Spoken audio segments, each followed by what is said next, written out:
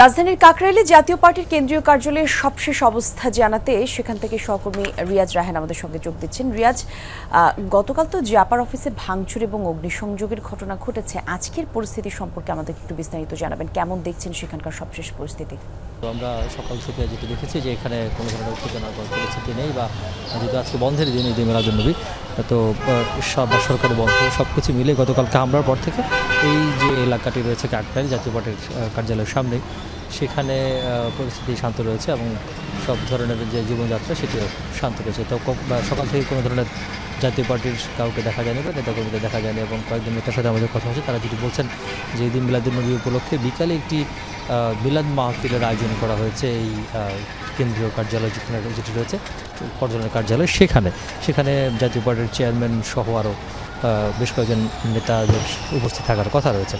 এছাড়াও আর আমরা থানায় কথা বলেছিলাম পুলিশের সঙ্গে, তারা বলছেন যে গতকালকের যে হামলার ঘটনাটি ঘটেছে সেই ঘটনায় এখন পর্যন্ত কোনো ধরনের বা কোনো পক্ষ থেকেই মামলা বা কোনো অভিযোগ থানায় দায়ের করা হয়নি, এবং বলছেন যে যেহেতু কোনো থানায় যদি অভিযোগ দায়ের করা হয় সেক্ষেত্রে অভিযোগ অনুযায়ী পরবর্তী ব্যবস্থা গ্রহণ করা হবে, বা এই সঙ্গে যারা জড়িত তাদের বিরুদ্ধে ব্যবস্থা গ্রহণ করা হবে। যদিও বিএনপি সহ অন্যান্য বিভিন্ন দলের পক্ষ থেকে গতকালকের ঘটনায় উদ্বেগ প্রকাশ করা হয়েছে, এবং যারা জড়িত বা বিভিন্ন পক্ষ থেকে যারা এই ঘটনার সঙ্গে জড়িত তাদেরকে আইনের আওতায় আনার জন্য বলা হচ্ছে। এবং যেহেতু কোনো রাজনৈতিক কার্যালয়ে হামলার বিষয়ে আইনশৃঙ্খলা বাহিনীকে আরও সচেতন থাকার জন্য বিভিন্ন মহল থেকে বলা হচ্ছে। তো সব কিছু মিলে যেহেতু এটি একাধিকবার হামলা ঘটনা বা এর আগেও হামলার ঘটনা ঘটেছিল 30 তারিখ, এবং গতকালকেও যে হামলার ঘটনা ঘটেছে, তো সব মিলিয়ে বলছেন যে যেহেতু দেশের চলমান পরিস্থিতি এখন অনেকটা শান্ত রয়েছে এবং সামনে নির্বাচন, সব কিছু মিলিয়ে